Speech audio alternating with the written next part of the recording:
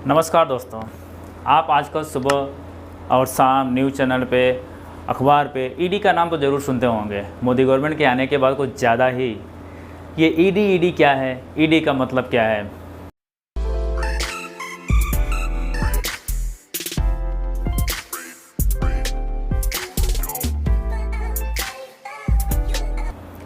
ED India government के finance ministry के revenue department का एक पार्ट है, जो भारत में फॉरेन एक्सचेंज और मनी लॉन्ड्रिंग, आय से ज़्यादा संपत्ति की इंक्वायरी और इन्वेस्टिगेशन करने वाली एजेंसी है। आज इस वीडियो में डिटेल में समझने की कोशिश करते हैं कि ईडी क्या है, इसके क्या रोल और रिस्पॉन्सिबिलिटी हैं और इसके क्या फंक्शन हैं। हमारे लिए जानना बहुत ज़रूरी है। ईडी का full form directorate of enforcement यानी हिंदी में प्रवर्तन निदेशालय है। भारत में इकोनॉमिक लॉ को लागू करने और इकोनॉमिक क्राइम से लड़ने की रिस्पॉन्सिबिलिटी ईडी को दी गई है। यह एक law enforcement and economic intelligence agency है। इस एजेंसी द्वारा हैंडल किए जाने वाले कुछ केसेस हैं, जैसे कि PMC bank case, Vijay Mallya bank loan default, Sharda chit fund scam, Lalit Modi and IPL money laundering cases. Recently कुछ और ईडी के द्वारा केसेस ऐड किए गए, जैसे कि National Herald case with Rahul Gandhi and Sonia and Partha Chatterjee and Arpita Mukherjee for WBSSC scam. ED का हेडक्वार्टर दिल्ली में है और इसके 5 रीजनल ऑफिसेस हैं, मुंबई, दिल्ली, कोलकाता, चेन्नई एंड चंडीगढ़। और इन ऑफिस के head special director of enforcement होते हैं। और वहीं 27 जोनल ऑफिसेस हैं, जिनके हेड जॉइंट डायरेक्टर होते हैं, और 18 सब जोनल ऑफिसेस हैं और उनके हेड डिप्टी डायरेक्टर होते हैं। ये agency director and enforcement level पे रिक्रूटमेंट करती हैं। इनके अलावा custom department, income tax and police department से भी ऑफिसर्स को भी शामिल किया जाता है। इस एजेंसी में mainly IAS, IPS and IRS शामिल होते हैं। ईडी की शुरुआत एक इन्फोर्समेंट के रूप में डिपार्टमेंट ऑफ इकोनॉमिक अफेयर्स में 1 मई 1956 में हुई। इस एजेंसी का काम फॉरेन एक्सचेंज रेगुलेशन एक्ट 1947 के तहत exchange control law violation handle करना था। साल 1957 में इस यूनिट को डायरेक्टरेट इन्फोर्समेंट नाम दिया गया।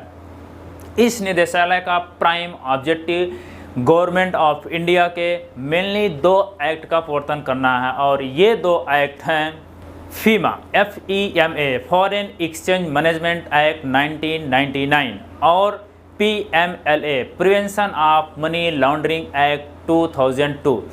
FEMA एक सिविल लॉ है, जबकि PMLA एक क्रिमिनल लॉ है।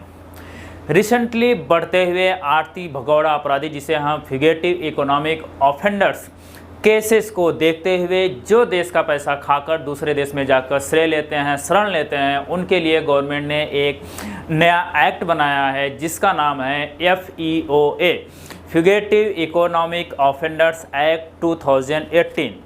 ईडी FEMA PMLA FEOA के कानूनों के नियमों का उल्लंघन करने वालों के खिलाफ केस फाइल करती है और इन्वेस्टिगेशन करती है।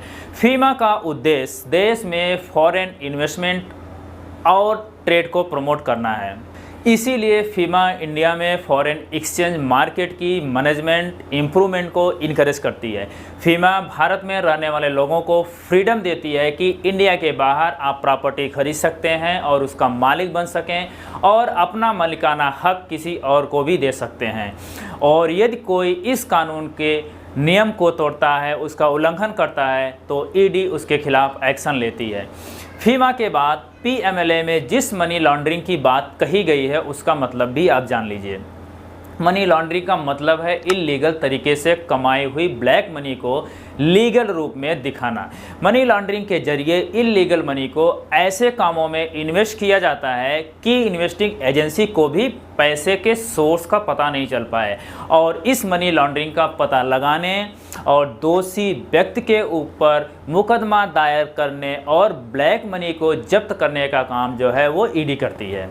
फीमा और पीएमएलए पूरे देश में लागू होता है, इसलिए ईडी किसी भी पर्सन के खिलाफ एक्शन ले सकती है। फीमा में केस सिविल कोर्ट में जाते हैं, जबकि पीएमएलए में केस क्रिमिनल कोर्ट में जाते हैं। इस डायरेक्टरेट के अपने कोड भी होते हैं। पीएमएलए के सेक्शन 4 के तहत किसी भी दंडनीय अपराध की सुनवाई के लिए सेंट्रल गवर्नमेंट ने एक से ज़्यादा सेशन कोर्ट को स्पेशल कोर्ट में कन्वर्ट कर रखा है। ऐसे कोर्ट पीएमएलए कोर्ट कहलाते हैं। इस कोर्ट के किसी भी आर्डर के खिलाफ डायरेक्ट हाई कोर्ट में की जा सकती है। ईडी के पास रीजनल और जोनल ऑफिस में इन हाउस फॉरेंसिक लैब भी हैं। इस एजेंसी के बेसिक फंक्शन और पावर की बात करें तो एजेंसी जो है मैटर को इन्वेस्टिगेट करती है, सस्पेक्टेड पर्सन और लॉन्ड्रिड मनी से खरीदी गई प्रॉपर्टी को भी जब्त करती है और इस तरह से क्राइम से रिलेटेड पर्सन को अरेस्ट करती है और आरोपी के खिलाफ मुकदमा दर्ज करने जैसे काम भी ईडी करती है। ईडी के पास इतना पावर होती है कि वो किसी भी पर्सन और प्लेस का इन्वेस्टिगेशन कर सकती है और गिल्टी पर्सन को अरेस्ट कर सकती है और प्रॉपर्टी को भी सीज कर सकती है। कोई भी आदमी ईडी को डायरेक्ट अप्रोच नहीं कर सकता है, जबकि फॉरेन एक्सचेंज से रिलेटेड कोई भी कंप्लेंट ईडी के एड्रेस पे सेंड किया जा सकता है किसी के द्वारा। यदि कोई भी पर्सन फीमा एंड पीएमएलए का रिपोर्ट लिखवाना चाहे तो वो पुलिस स्टेशन पे या किसी भी एजेंसी में लिखानी होगी, जैसे कि सीबीआई एजेंसी में जा सकता है। उसके बाद ईडी उस मैटर का इन्वेस्टिगेशन करती है और उसके बाद वो जो भी करना चाहे वो कर सकती है।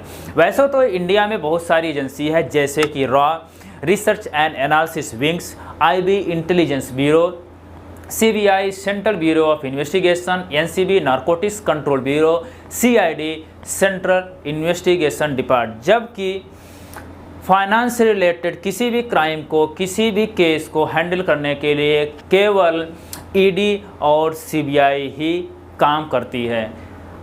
आशा करता हूं कि आपको ये वीडियो बहुत ही इन्फॉर्मेटिव लगा होगा। यदि ये वीडियो आपको इन्फॉर्मेटिव लगा हो तो जैसे आप हमेशा अपने दोस्तों और परिवार के साथ शेयर करते हैं, इस वीडियो को शेयर जरूर करें और आपको एक नए वीडियो के साथ फिर से मिलता हूं। तब तक के लिए नमस्कार, जय हिंद।